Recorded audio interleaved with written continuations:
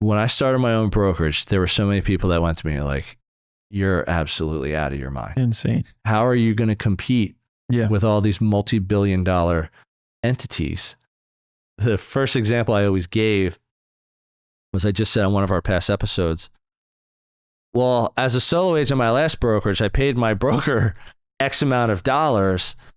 And if I have my own brokerage and I have a couple partners now, I pay Y, which is less.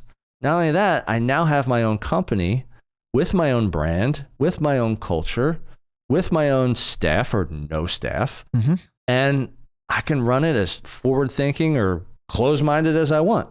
So it just gave me and my partners, Ryan and Andrew, a lot of freedom to kind of do what we wanted, but also realize the upside of having our own company. Yeah.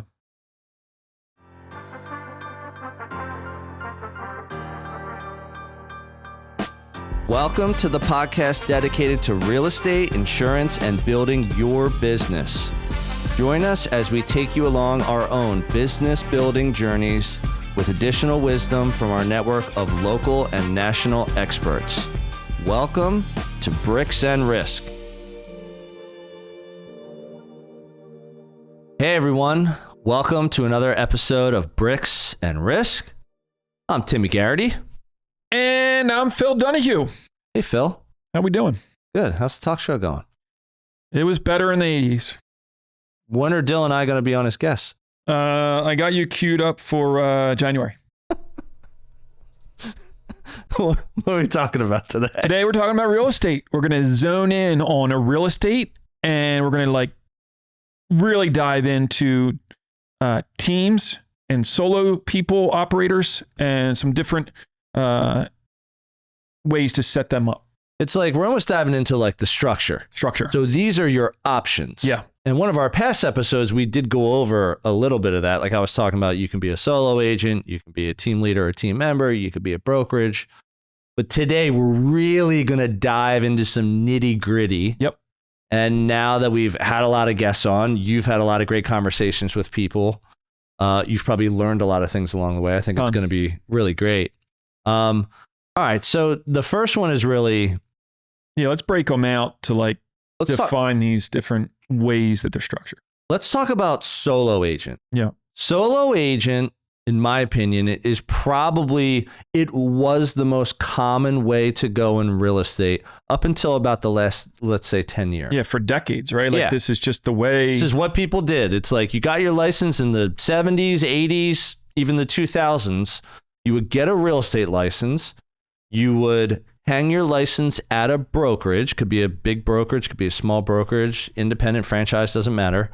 And you would go out and service clients, buyers, sellers, tenants, landlords, investors, whatever you're doing. This is all residential real estate we're talking about. Yeah. So that was the traditional model. Then when teams came on the scene, if you were new in real estate, residential real estate, you could be a solo agent. You're pretty much like a team of one. Maybe you have an assistant, maybe you don't. Or you could be a team member on someone's teams, because a lot of real estate teams, they want new people on their team. They want them to come into their ecosystem and they want to groom them from day one. They don't want them to go out as a solo agent for like a year or 5 years and then join their team, because they're like, no, you're going to get jaded. Like you're not going to experience this the right way. You're going to grow too slow, whatever it is. Yeah, and we talked about that specifically with Ryan Stawas. Yeah, absolutely. And he has his team, building his team, bringing new people in. Yep. I think, so as a solo agent, I personally believe that is the best way to start in residential real estate. Even today, a lot of people would disagree with me. The reason I feel like that is the best way to start is that you're creating your own, not only personal brand, it could even just be, hey, I just want to be Tim Garrity, realtor. Or you can create a brand. The brand I created in the beginning was Philly Urban Living. That was the name of my blog, my website, everything I was involved in. But you're creating your own brand day one. And then you're also starting your own book of business, is the way I call it, from day one. All focused on you, your name, who you are in residential real estate. If you start as a team member, let's say. Let me stop you there. Yes. Solo. Please do. Solo. you say it's the best way to start. It's what I would recommend. Right. To the right person. Actually, it's what I would recommend for everyone. And then if I felt you out and they said, this is the way I want to do it, I'd say, then this is probably the direction of your career is you'll just get stuck. Yeah. And you won't be able to get off the wheel. Yeah. You won't be able to get off the hamster wheel, as I call it. And the reason I bring that up is because, different people, different personalities, that there's different players, right? Different real estate professionals. And getting out of the gate as a solo operator, I would agree to you a certain extent. It's the best thing for them, but it's also the most difficult. It is. Right? It's difficult. Well, here's why it's difficult. If you come in as a team member, day one, it could be even a team of 3 or a team of 50. It doesn't matter. You have your own little culture, your own little group, your own little support system. Day one. Right. If you come in as a solo agent, small brokerage, independent brokerage, or a large franchise brokerage, you're kind of like, who's going to help me? Because everyone is basically 1099 and I'm their competition. Yeah. So who's going to help me? What I will say is that today, if you know where to look, if you understand, I would actually say if you're a solo agent, I'd probably start at a large brokerage to start. I started at smaller independent brokers to start, but I was 30. I was a little bit more seasoned, a little bit more confident. If you're like just getting into real estate, you're fresh out of college, you're in college, or like you're a couple different jobs your first couple years, and you're like, I'm getting into real estate, I'm 26 years old, I'd say go work for a big brokerage. Reason being, the big brokerage has an ecosystem now. Yeah. They have training. Yeah. They have YouTube. They have mentors. They have opportunities for open houses. They have training for building your brand. Like they have all this now. That didn't really exist like 20 years ago. And if it did, it was a little bit more basic. It was a little bit more like, this is how you do a postcard. Yeah. Or like, this is how you make a call. Like, let's role play. Let's do this. There's nothing wrong with role playing, and there's nothing wrong with postcards. It's just a different avenue for your business. And you really, again, got to commit to something. Well, I feel now is too, it's like when you say a different level, it's like the technology component of 100%. Being a real estate or real estate person. Yep. That really lends itself to you needing to know, you know, when that training comes in, it's like, how you doing this? How you doing that? And I, from what you're saying is that inside of those big box brands, inside of those teams, you're kind of given that direction when you're starting out. Yep. But in addition to that, we also know, like BAM, there's other avenues to get that information, like how-tos and training, tutorials. So they do exist outside of that from a team perspective. Yeah, and the thing is too, and the reason I would also say solo is a good way to go. You're going to have a little bit of direction. And I think, like, let's say you get in, you're 25, you're 30 years old. Let's say it was me and I was doing it all over again. I probably would have started somewhere large just so I had opportunities to see what they had to say that was best for me. So that I could either say like, yes, let me try that. And if I don't like it, I won't do it. Or you're telling me all this, but I want to go learn about a different lane, more the relationship lane, let's call it. So is it training or is it deals or is it both? Because if I'm new, it's more training and I'm starting out. Yeah. As much as I want to like get out there, shake trees, network, find people, market myself, I also would like to have some deals come my way. Yeah. And I think you talked about it before, is sitting in open houses and doing different things. Can you speak to that a little bit about what opportunities from just purely sales side and opportunities and at-bats that you're going to get when you are that inside that big brand, big box? Yeah, the reason I feel like a lot of people start as a team member when they're brand new now as opposed to a solo agent is really because they think they're going to get access to deals. Which they do. Leads, yeah. You know, leads. You might get cold leads from the team. You might get leads because they have 5 open houses to choose from. every weekend. Not common, but it happens. Yeah. Or like, hey, we're going to do this boot camp. Or like, hey, we're all going to pull our resources together and then we're all going to make calls together. And therefore it's like eat what you kill. Like they're just throwing opportunities in front of you. Yeah. But a lot of that is built, in my opinion, off traditional cold lead generation models. And this is why the solo path, if you're going down the cold path or the warm path, let's call it, the cold path is more like you're talking to people, you're marketing to people, you're meeting people you don't know. 50 calls a day. Yeah, it's a numbers game. You believe in the numbers. Let's meet as many people as I can that I don't know. Some of them will turn into conversations. A portion of that will turn into clients, and a portion of that will turn into closed transactions. So it's numbers. But if you start solo, and let's say you're at a big brokerage, and you go through some of their training, you're like, I don't think like that. What I would tell you to do, one, you're going to have a better split usually if you're solo than if you're a team member. So you got a little bit, like, even if you're doing the deals, like you're going to pay more of your money because the team's got to get fed and then the brokerage has to get fed. So you got to pay two people when you're on a team, your team leader or leaders, as well as the brokerage. So you make less per deal, but they're like, I'm making less, but I always have deals. And you're just learning in a way that works for the team. It's the team's brand, it's the brokerage brand before you. If you're solo, what I would tell you is like, hey, if you're going to pay the team an extra $10,000 a year, let's call it, if you think you're going to close X amount of deals, like hire a coach. Hire that coach that's going to learn about you and what you like and where you want to go and why you want to do that and how slow or how fast you want to go. And finding that coach, spending that money, you're investing in yourself. You're investing in your personal brand, your own education, day one.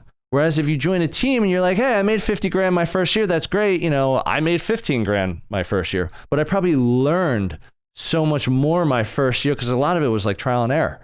And it's like also the fact that I learned that it's like I worked a ton in my first year and I only made $15,000. So it's like that taught me a lot. If I just got fed and I made 50, it was like, oh, this is going exactly the way I wanted to go. I think we need to like make that a point, right? And I think that from the outside, it's an extremely important detail that may get overlooked. Yeah. So, and if we're just talking dollars and cents, and you have $10,000 set aside, and you have the ability to join a team, and that $10,000 goes to the team for whatever cost may be associated with being inside the team, that $10,000 is going to help the team. Well, and here's too, like if Hold on. Okay, go ahead.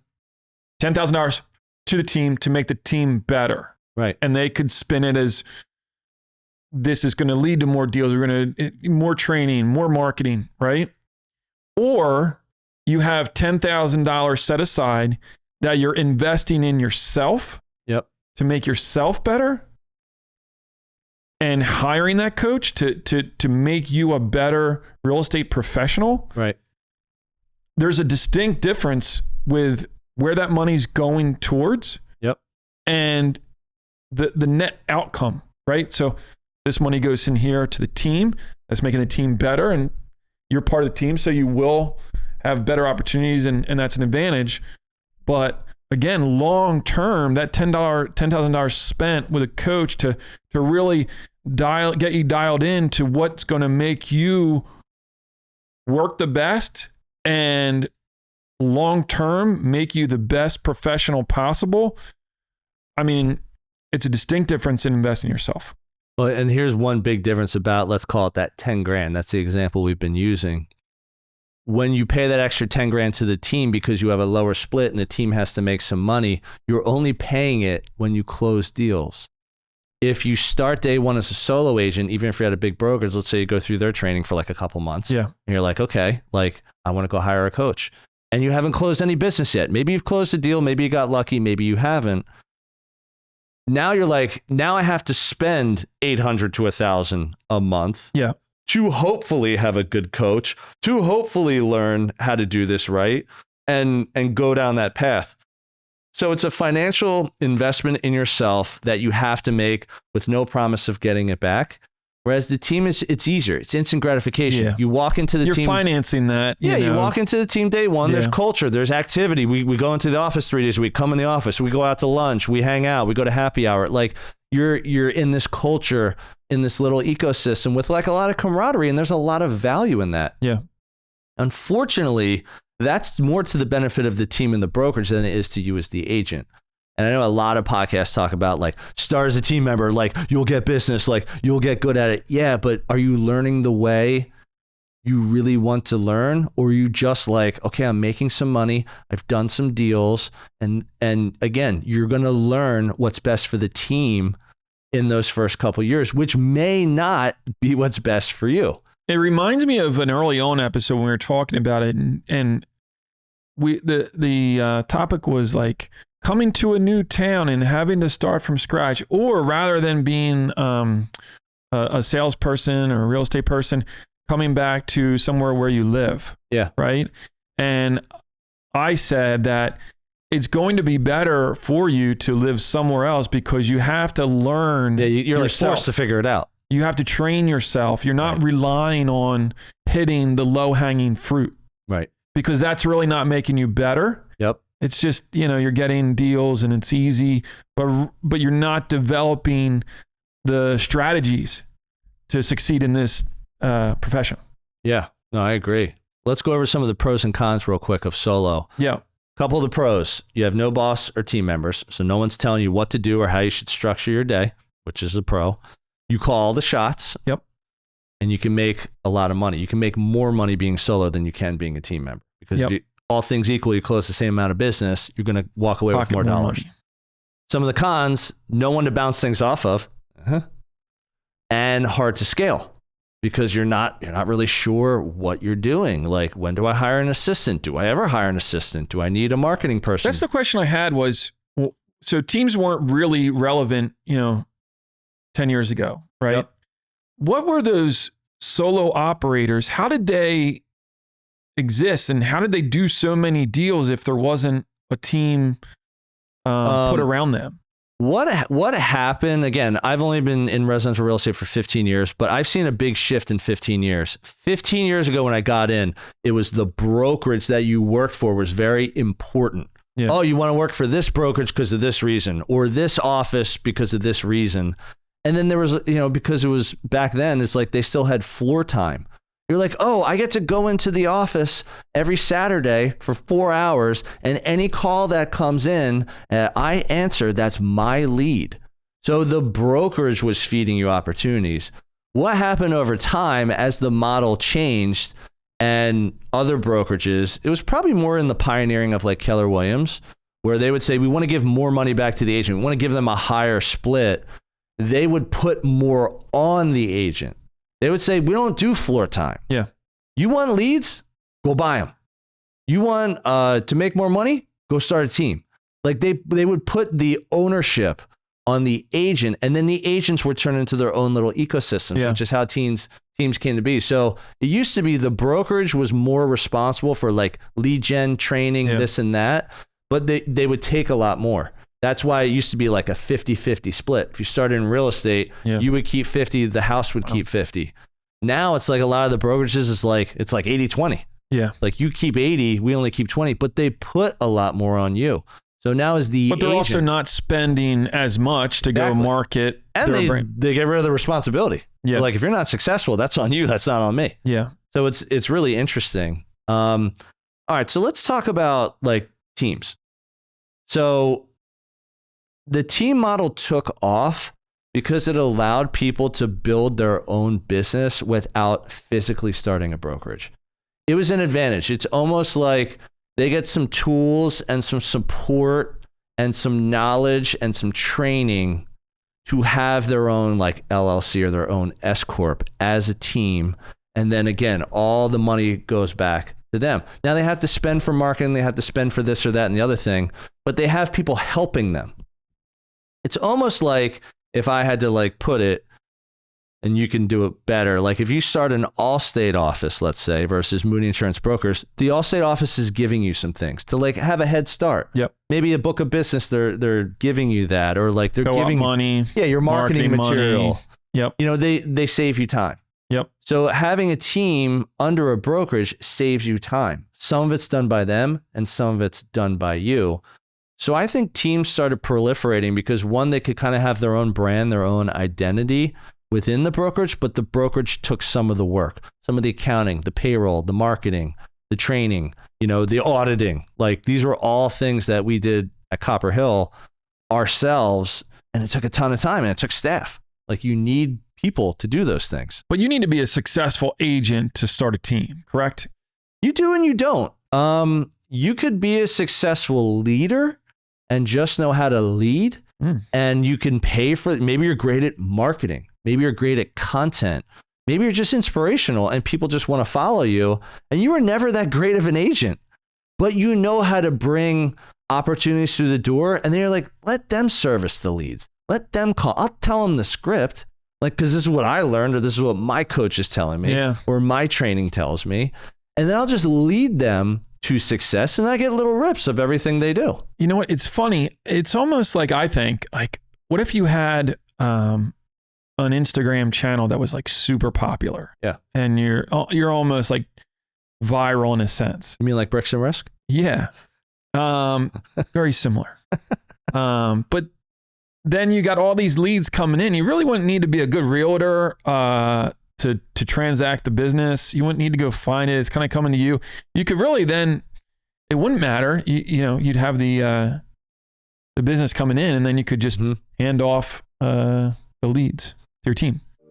Hey everyone, this is Tim, your favorite Bricks and Risk co-host. But don't tell Sean. I hope you're enjoying this episode, and I'll get right back to it in a moment. Our audience grows through word of mouth, so if you would please take a moment of your time and give us a review on the platform you're on, that would be fantastic. Please also help spread the BNR word by sharing your favorite episode with a friend. We greatly appreciate your time and trust. Now, back to the show. Yeah, so it's like some teams have formed out of necessity. So like, let's talk about Mike McCann. What's up, Mike? Hey, Mike. One of the best episodes we've done, interviews. Mike's team grew because there weren't enough hours in the day. Yeah. He was just out there hustling, meeting people, giving great customer service, and then he would get referrals. Yep. Plus, he was like marketing himself properly. And then he always had his own administrative help, his own operational support so that he could grow as an agent. And then what happened over time, he's like, if I don't put someone under me to service these people, that business is going to go to someone else. There's just not enough man hours during the week to service all of these inbound calls. So he drummed up all the business himself and then built his team because he couldn't service all of them. Yeah. There's other people that start teams because they're, like I said, they're excellent marketers. Maybe they're influencers. Yeah. Whether it's on social media, YouTube, a website, a TV show, a radio show, whatever, you're influential. Yeah. If you're an influencer, people might follow you because they're into what you're preaching, what you're teaching, what you're willing to share, and what you want to show them. And those type of people can grow teams and never really even be that good of an agent. So that's just a different way. And there's nothing wrong with that at all. There's people who get into real estate, back in the day, let's call it like in the 90s, early 2000s, they realized they weren't that great of a real estate agent, but they could manage people. Yeah. So I'm going to be the office manager. I'm going to get a salary. I'm not going to practice anymore. I've practiced as an agent, so I know the game. Yeah. And then I'm going to make sure my troops are either inspired, that they understand things, I answer their questions, I give them one-on-one time, I give them group training, I put opportunities in front of them. As some of those big franchises grew 20, 30 years ago, that's how they would grow. They'd find the people who wanted to be like the office manager. They couldn't even practice. They'd be like, you can't work with buyers and sellers anymore. Your job is to collect a salary from this company and lead the agents in the office. So that's like an example of, again, when the brokerage was more important to the agent's success, that was the structure of the office. That was why it was 50-50 or 60-40. Yeah. There's an attorney I know downtown, and he claims to be like the worst litigator ever. But he's super successful. He knows like how to build the office. He knows like what to look for in, good attorneys. Connections. He knows how to drive business. Good manager. Yeah. He's not good with clients. So same kind of thing. Yeah. All right. So some of the pros and cons of a team. So some of the pros are, you get the culture and the camaraderie. You get shared leads, expenses, and staff, which could be huge, especially if you're brand new. And you can grow as big or even bigger than a brokerage without all the headaches of the brokerage. Yeah. So there's advantages to starting a team. Some of the cons, I think one of the biggest cons of starting a team is you're probably going to have to shift brokerages every 3, 5, 7 years because you're just going to have to go exert your leverage. We did 10 million 5 years ago in volume. Now we're doing 30 million today, and we want to go up to 100 million 5 years from now. Yeah. Like, you're going to go out and say like, look, here's my history and here's where I'm going and why, so that the brokerages want you on their team. Sometimes they're even writing checks. Like big brokerages have written checks in the last like 3 to 5 years to bring agents or teams to their brokerage to say like, look, we're growing. This team just joined us because we're the best brokerage ever. Like that's helping that brokerage grow. So one downside is as much as, you're maybe getting more as a team by shifting, you got to go figure it all out again because I heard a new brokerage. It's like all your email stuff is different. All your shared stuff is different. Your marketing is, you need new signs. You need, new mentors, like whatever it is. So that's a downside. Team members and employees can take away from your income. So if you're a team member, again, the team leader or leaders have to get paid as well as the brokerage. You might be giving away more of your commission. And then also like scaling is hard. So that's a downside. Like you might start a team and think like, this is my path. Yeah. But then you start doing it, you're like, this is really tough. Yeah. How do I do this? This isn't going. I had 5 team members. Now I'm back down to 1. Then I have 8 team members. I'm back down to 3. And then I have 15 and I'm back down to 5. Like scaling, as well as I know, scaling in business is hard. And that's a downside to having a team. Well, the team too, the one point I wanted to make was that with the teams, I guess that's really good for the brokerage. Yeah, it is. Because you're really tying those members of the team to the brokerage, right? So if I'm a brokerage, I'd rather have teams for a variety of reasons than a bunch of solo operators. Well, with a team, you're usually dealing with like one or a couple team leaders, co-team leaders, and they account for a lot of your volume. Yeah. So maybe you only have like 1 or 2 people that are accounting for like 25% of your volume. Right. So the brokerage likes that. Plus, they put a lot of the responsibility on the team leaders. Right. And they're like, the reason you're getting that split, the reason you have that nice corner office is because I gave that to you, but the leads are on you. The oversight's on you. I'm not going to do much. I'll help you out here and there.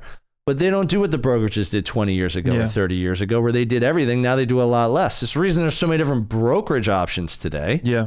Because they're just structuring their company differently. That usually is more team forward. Yeah. So team leaders like it because they can have their own business, and brokerages like it because it's less for them to do. Yeah. And they control a lot of volume. All right. So let's go to the last one. A brokerage.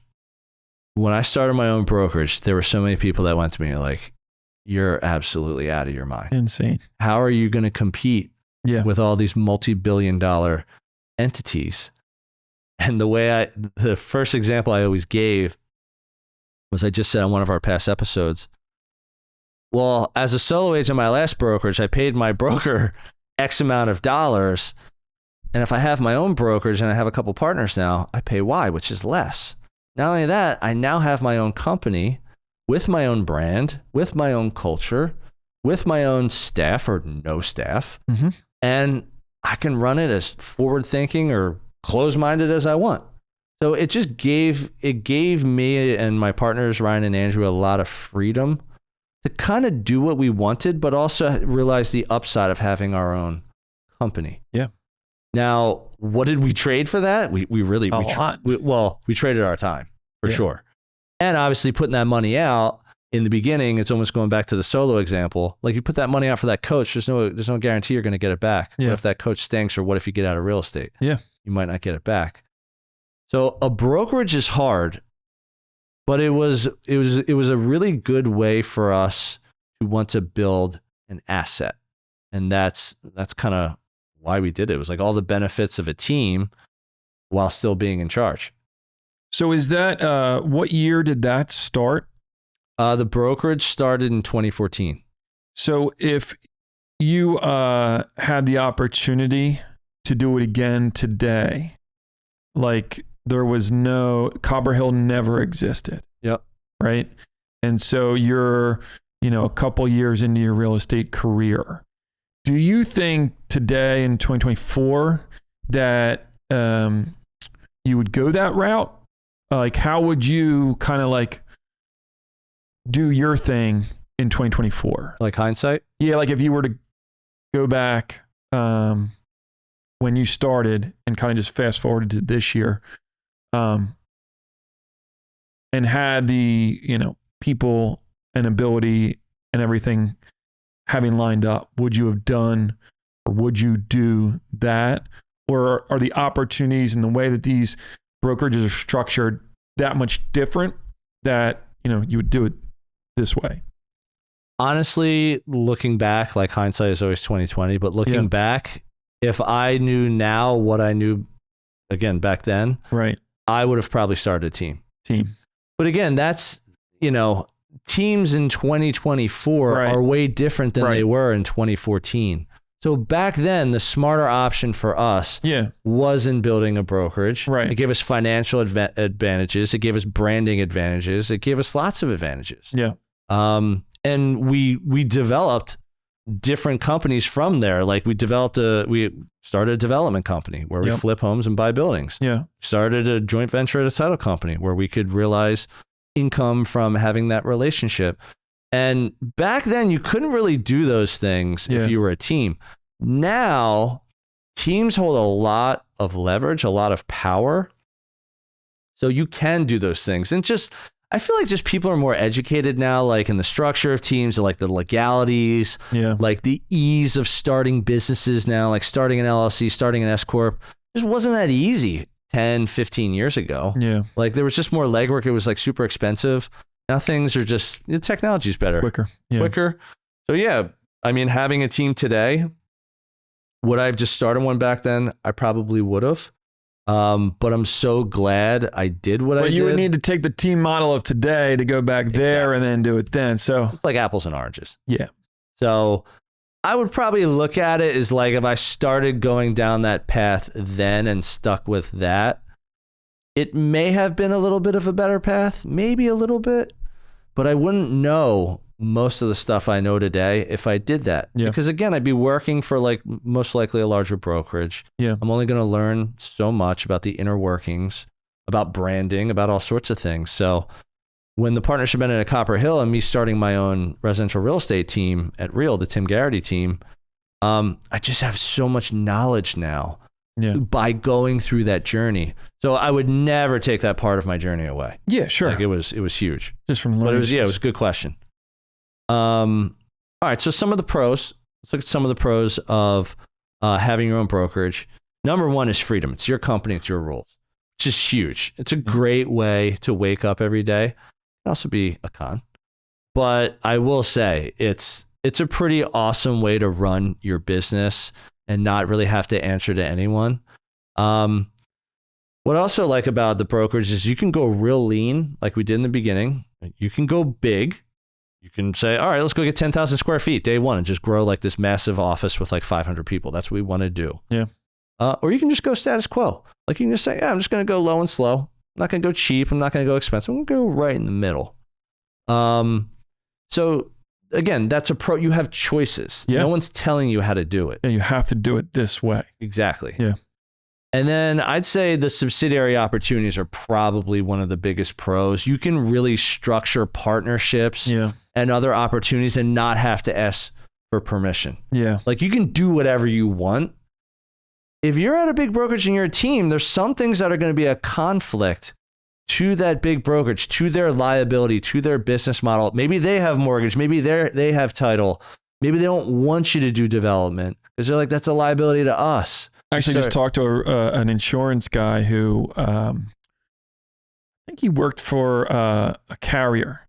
Okay. And so he was like, corporate carrier gig, maybe a marketing rep or something like that.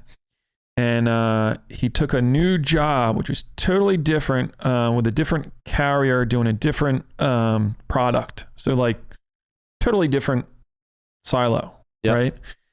And he reached out because he said, I'm trying to do this different commercial insurance marketing campaign, but I can't do it because I can't do it in the state of Kentucky. So now I'm reaching out to other agents outside of Kentucky. And I'm like, doesn't even make sense. Why? Because of like a non-compete or something was so strict. Rules. Yeah, but everything had to be, signed off by the mothership. Well, you had asked me one time, you're like, what are like, is that like a disadvantage? Like, is the brokerage really going to tell you how to run your business? The answer is yes. Oh, yeah. And mostly because it wants to maintain their brand in a certain way, and they want to keep their liability down. Yeah. So in order for them, if they just say, go do whatever you want, this is the wild, wild west, like eat what you kill and do whatever, and you make some wrong moves, it could blow back on them. And therefore they're going to be like, we don't want that. It's not worth it. We don't want that to happen anymore. So they will tell you what you can and can't do, for sure. Some of the cons, the closest one out, it's a ton of work. I mean, I went through this for almost 10 years. Yeah. It is so much work. And I had 2 partners and it was still a ton of work. You're doing it, again, yourself. You just have to do so much work. So how much of your time was doing real estate when you were at your peak with Copper Hill? I think what changed is our first about 4 to 5 years, we were still eating what we killed. Doing deals. So we're just like, let's just go do deals. Yeah. And then we'll grow the company when we have spare time. Right. And people will just come in naturally, which they did. It was great. We transitioned from working in the business to working on the business. Yep. About 5. Then we salaried ourselves. Yeah. And we said, hey, we're going to practice less. We got to build the business more. And again, like hindsight is 2020. I would have structured that differently. Yeah. I think we just said, we can do this. Let's go do these things. A lot of that was COVID because COVID changed a lot. Yeah. But I don't want to make an excuse. It was really, I think we tried to grow it a little too quickly. And we thought if we were working on the business for most of our time, it would just grow to this level. Yeah. Which we realized was extremely difficult. So I would say like a ton of work is the biggest time. Yeah. It takes so much time. Yep. Virtual brokerages are a big model today in residential real estate. EXP and Real. I'm associated with Real, just so everyone knows. Full disclosure. Dylan, get that on the... Yeah. I'm associated with Real Broker. I'm not a lawyer. And I'm not an attorney. We've already talked about that before. 1995 style scrolling. The virtual model really has taken advantage of technology. They realize the office is way less important today than it was even 5 years ago, 10 years ago, 15 years ago. So they've taken that out of their playbook. Yeah. Zoom training, Zoom events, like we don't need to put all these offices and staff and all these marketing people in place all over each state and every state of the country. We can have a centralized core of staff, support, marketing, training, accounting, payroll. So teams thrive in that because teams take a lot of work on themselves. So if they go with more of a virtual model, the reason that's becoming so popular is it just gives them a leaner, more efficient ecosystem to work within to run their team, which puts more money in their pocket, which allows them to have more control. Well, it's also giving specific agents that want that type of setup. Exactly. That opportunity. It's like they can almost have their own brokerage, it feels like, without starting their own brokerage. Yeah. And the virtual models offer that. It's why they're becoming so popular. And then the last con I would say of, owning a brokerage is agents are going to come and go. But again, if you have an office and you have staff and you have a marketing budget, and your agents come and go, like the hard times are harder. If you're a team, let's say, and agents come and go, your brokerage is shouldering the staff, some of that burden, the office, whatever it is. Like, so the shared expenses, I think, of the team model make that less of a concern. Well, I think with the brokerage too is you have your current structure of agents for your brokerage. And, maybe you go sign a lease for this big space, or you're sign into which we did. Sign into this marketing program or whatever it may be. And then that big team leaves the brokerage. Right. And I've experienced that. Yeah. It can really get you all twisted because you're like, oh, well, we're projected out as this. We're locked into this. Oh my God, everything just changed. It's like the highs are high and the lows are low. Yeah. So it's, again, you have to, and we just did the episode on commitment. Like, you have to just be so committed through the valleys. You're going to have these peaks, but you're going to have these big valleys where it's like you're losing money, or like we're losing volume, or it's like we're meeting with people, no one wants to do anything, we're recruiting. You're almost forcing it a little bit, which is hard. You can run it much more lean or efficient these days with a team, and especially with a virtual model, in my opinion, where it's just, you can really pivot and adapt. If people come and go, it's not as big of a deal, and you can still run it any which way you want. So why don't you close this out? All right. Anyone who enjoys our content here and wants to reach out to the show, you can email us at bricksandrisk@gmail.com. You can go leave a review on Apple, Spotify. They're very helpful, and we'll get you review read on the show. And DMs, Instagram. Yep. We've read some DMs. And LinkedIn. We got a nice community in LinkedIn. So if you're on there and you use that for work, business, shout us out. Check it out. We post videos. Yeah, our clips. LinkedIn page is under Bricks and Risk. Bricks and Risks. Awesome. Well, that's all we have for this one, folks. Thank you for tuning in again to another episode of Bricks and Risk. See you soon. Thank you for joining us on another episode of Bricks and Risk.